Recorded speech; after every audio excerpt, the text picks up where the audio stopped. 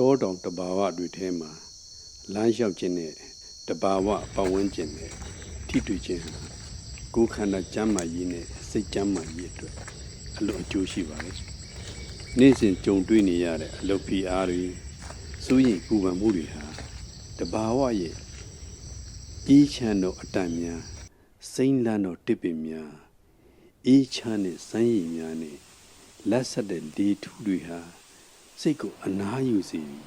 စိတ်ဖိရှိမှုကိုလျှော့စေခဲ့ပါတယ်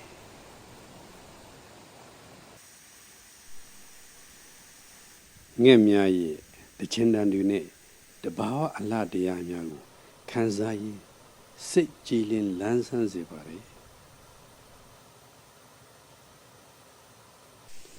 တောထဲတောင်ထဲလမ်းလျှောက်ခြင်းဟာကိုယ်လက်လှုပ်ရှားမှုတစ်မျိုးဖြစ်တဲ့အတွက်နှလုံးနဲ့အဆုပ်လှုပ်ဆောင်မှုကိုကောင်းမွန်စေပြီးကြွတမ်းများကိုတန်ဆွမ်းစေပါတယ်တဘာဝလေထုကိုရှုရှိုက်ရခြင်းအဖြစ်ကိုယ်ခန္ဓာအားတက်ကြွလန်းဆန်းစေပါတယ်ဒါကြောင့်အချိန်ရတိုင်းတောတောင်တဘာဝထဲသို့